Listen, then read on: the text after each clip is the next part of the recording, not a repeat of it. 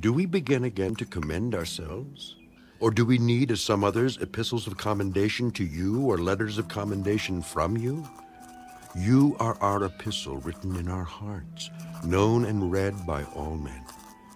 Clearly, you are an epistle of Christ, ministered by us, written not with ink, but by the Spirit of the living God, not on tablets of stone, but on tablets of flesh, that is, of the heart. And we have such trust through Christ toward God.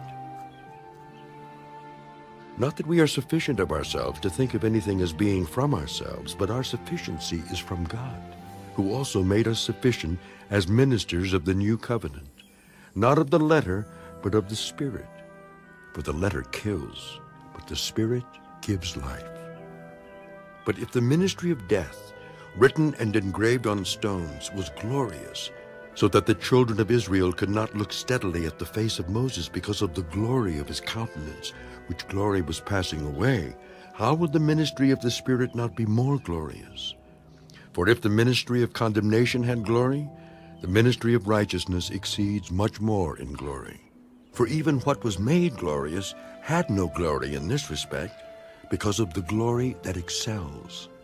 For if what is passing away was glorious, what remains is much more glorious. Therefore, since we have such hope, we use great boldness of speech, unlike Moses, who put a veil over his face so that the children of Israel could not look steadily at the end of what was passing away.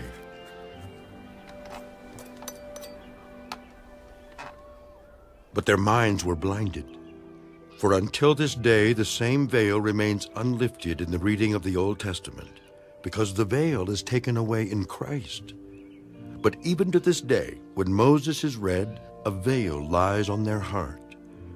Nevertheless, when one turns to the Lord, the veil is taken away.